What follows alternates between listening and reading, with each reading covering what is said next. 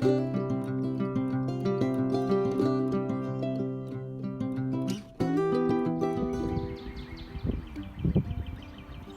got some coming and going. Now, mason bees are a great hobby because they don't require a whole lot of work. I'll go through what we do during the different seasons to take care of them, and how to overwinter them, but for the most part, they're a very easy bee to raise, to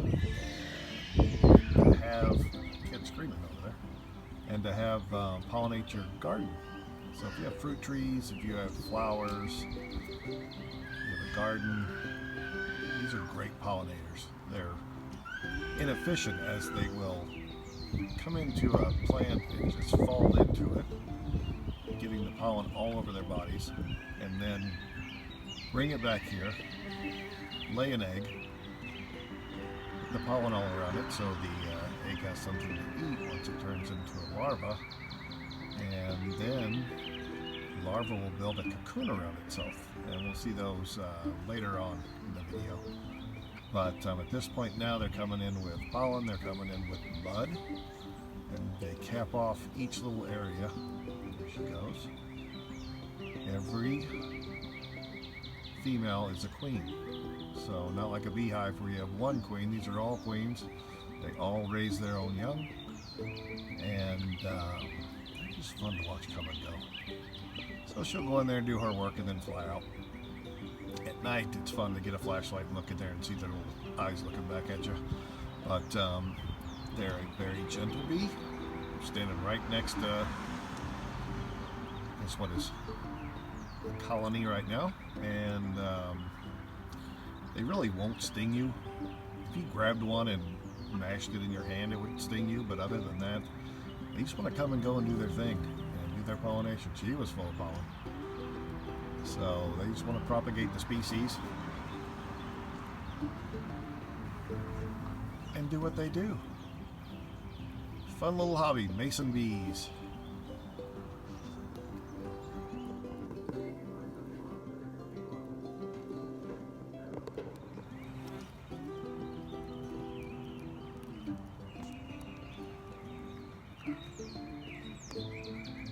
They're buzzing around my head.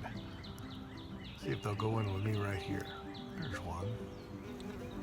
There she goes. Another one got skittish.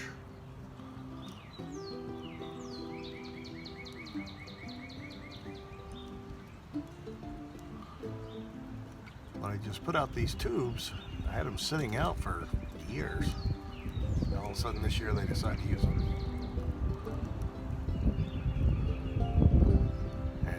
Filled quite a few of the tubes with eggs, pollen,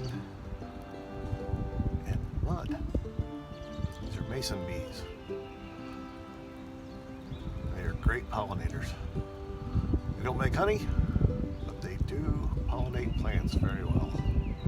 And they're fun to watch come and go.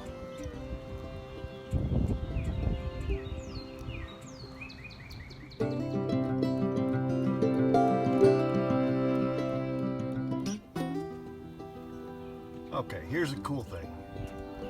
Now, when I raised mason bees 4 years ago, they were blue orchard mason bees that I got from Crown Bees. And I put them out, and the first year I did really good. Really multiplied the numbers. In the second year, I think it was the second year, where they're all buzzing on my hand. We got a really cold, wet spring. And so they disappeared, they died. So I just left the tubes out.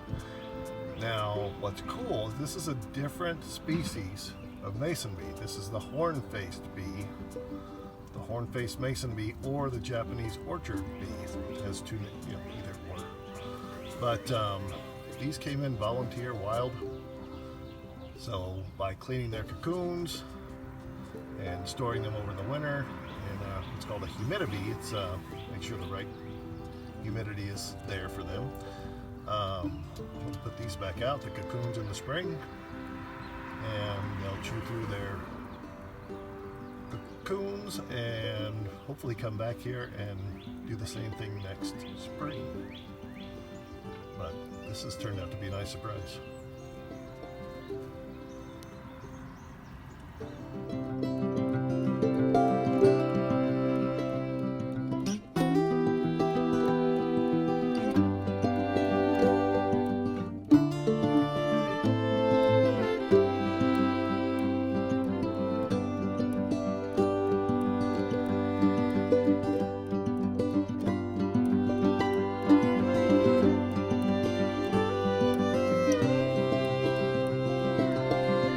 Here's how gentle they are. It's on my hand.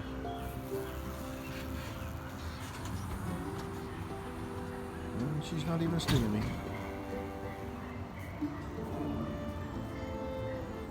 I'll pick her up and put her back in the house.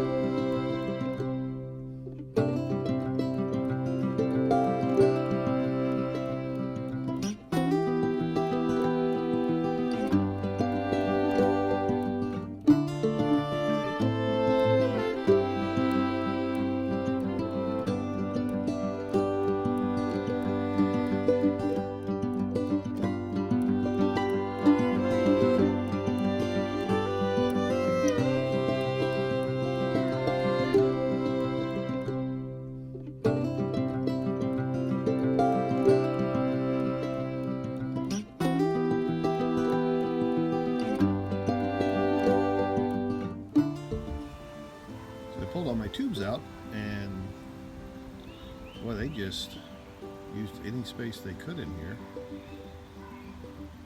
to try to make more tubes. So I've got to buy a lot more tubes and put my other bee house up next time, because I don't want them to run out of room again. What's she's doing? Looks like she's putting some mud in there, maybe. This is really cool to see.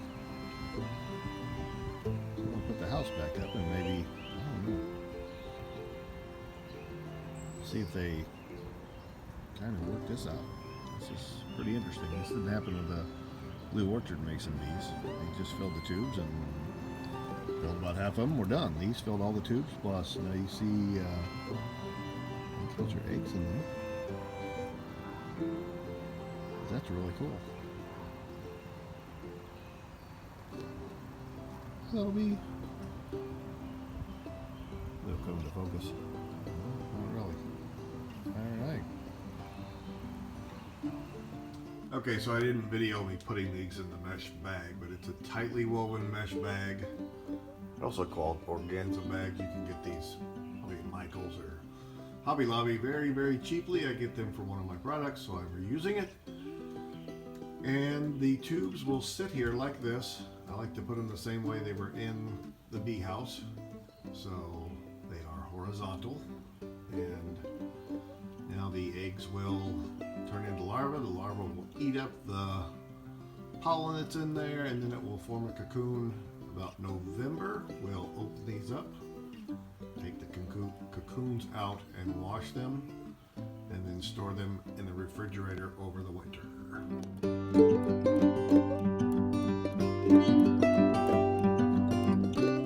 Alright, so it's November and we are harvesting mason bee cocoons. There's another one there. Just simply unwrap these cardboard tubes. That one looks like maybe the mason bee didn't make it. Might be a, well, that's just mud. But the next one has a cocoon, so there's a cocoon right there. Now we'll wash, these are little pollen mites. You see those? Can you see them? We'll wash all these off of here before we store them in the refrigerator. But you'll see that next, and I'll show you how many cocoons I have in about 20 seconds. Alright, so the neat thing about this, the bees that would normally come out first, probably about down to there, males. So the males will come out first. They'll go eat and they'll sit on a flower, the nearest pollen source, and just wait for the females to show up. And they'll mate with the females, and then the female will start this process all over again.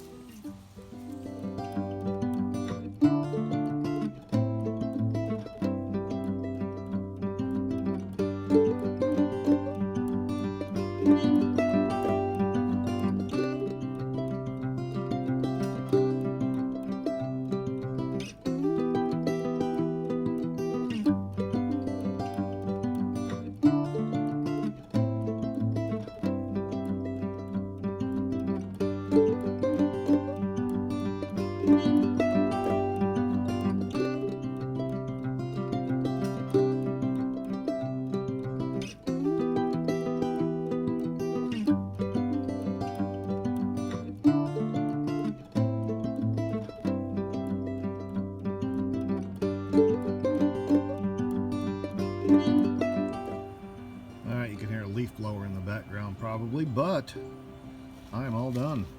There are lots of cocoons. I did not bother to count them, but I cleaned them pretty thoroughly, so I have a little bit of pollen still on them, but I think I got rid of most of the little mites that were on there. So I will close this up, and it will go into the refrigerator